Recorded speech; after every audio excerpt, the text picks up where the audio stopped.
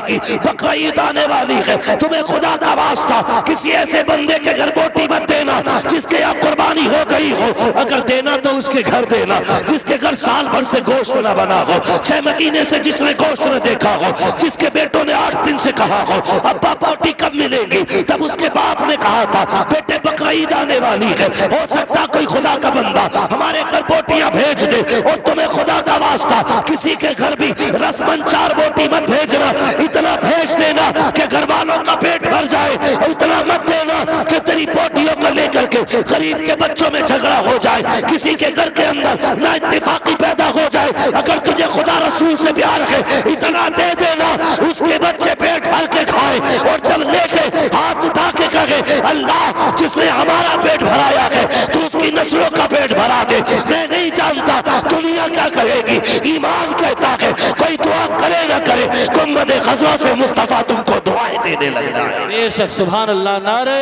तकबीर, नारे रिसालत, मसलके आला हजरत, जलसाए साले सवाब, नारे तकबीर। आ रही है बकरा ईद, हम लोग तो रस्मन देते, कहना भाई बोटी दिया खाला के घर, और खाला का फ्रिज पहले से भरा पड़ा है, मामू के घर दे के आओ, मामू ने पहले पूरा एक कटरा पैक कर रखा फ्रिज में। वो गरीब जिन्हें साल भर से पेट भर के गोश्त नहीं मिला, जिनके बकरीद के दिन भी घर में दाल बनती है, जिसकी पड़ोस में बकरीद के दिन दाल बने, मुझे बताओ वो खुदा को क्या जवाब दे। यही कि काटा मैंने था, पाए सीढ़ी मैंने 15 दिन तक खाए थे, इसे बकरीद कहते हो? 8 दिन फ्रिज में रख के खाते हो, कहते हो ये इबादत की है? इबादत ये नहीं थी यार, सबसे बड़ी इबादत तो ये थी कुर्बानी तूने की थी।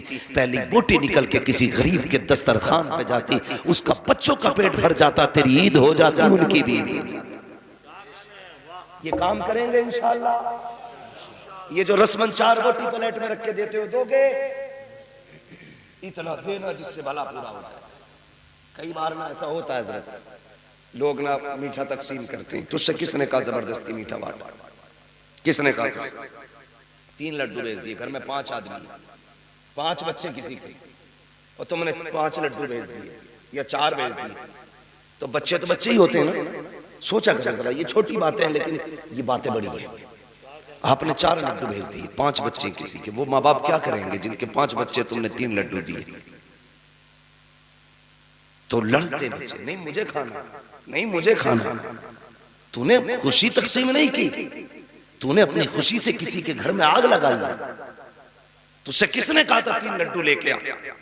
अरे खुद ही खा लेता घर में बैठ के, कम से कम गरीब के घर में आग तो नहीं लगती। मैं जानता हूं 3-3 बोटियां थैली में बांध के बांटी जाती है। क्या करेगा गरीब 3 बोटियों का? 5 बोटियों का क्या करेगा? तेरा बकरीद में पेट नहीं भरा? याद रखो, ये मसला भी याद रखना, जो गोश्त खाने के लिए से कुर्बानी करता है उसकी कुर्बानी नहीं होती। सिर्फ अल्लाह की रजा के लिए कुर्बानी करो।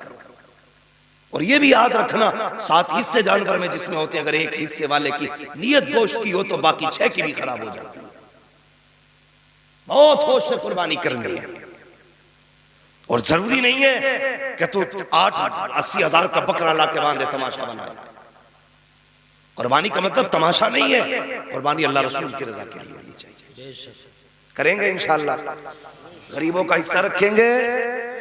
ये ख्याल करें, कुछ ऐसे भी लोग हमारे समाज में जिनके घर 8-8 दिन से गोश्त नहीं आया, शायद इसी बकरीद का इंतजार करें। मेरे हुजूर ने कितना प्यारा इस्लाम दिया, कितना प्यारा दीन दिया। फरमाया खबरदार, या तो इतना पकाओ कि पड़ोस में भी दो, वरना ऐसे पकाना कि तेरे गोश्त की खुशबू तेरे पड़ोसी के बच्चों तक न पहुंचे। फरमाया अगर अच्छी चीज लाया करो ना तो अपने बच्चों को खिला के उसके छिलके राह में मत डालना। कहीं गरीब के बच्चों की नजर पड़ गई ना और उन्होंने अपने बच्चों से सवाल कर दिया, वो गरीब ना दे सका तो बच्चों का सामना कैसे करेगा?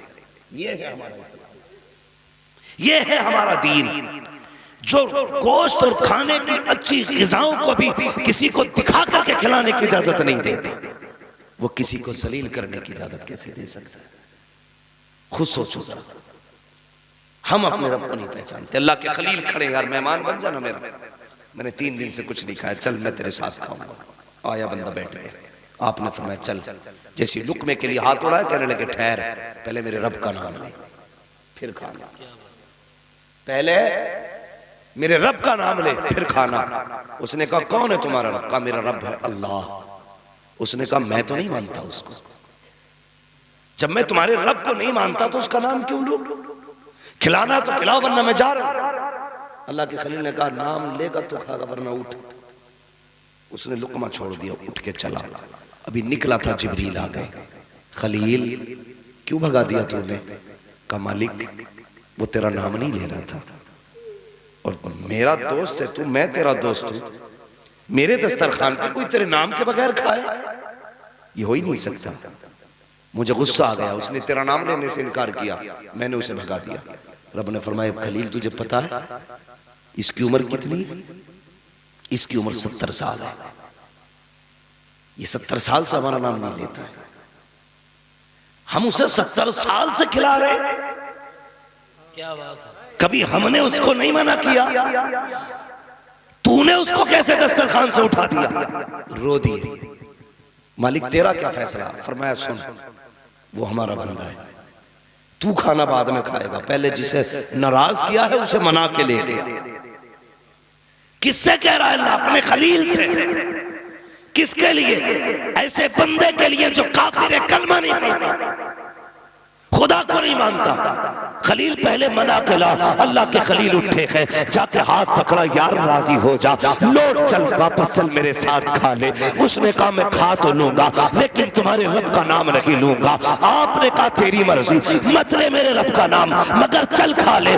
उसने कहा बता तो इब्राहिम, अभी तेवर बदले हुए थे, अब लहजा बदला हुआ है। बात क्या है? कल तो कह रहा था कि इसका नाम नहीं लेगा तो खाना नहीं दूंगा, अब क्यों आ गया बुलाने के लिए? रो के खलील ने कहा था, और जिस रब के नाम लेने से तो इनकार कर रहा है, उसी रब ने कहा है अगर खाना है पहले उसे मना के ला, अगर वो खाएगा तब खलील तू खाएगा।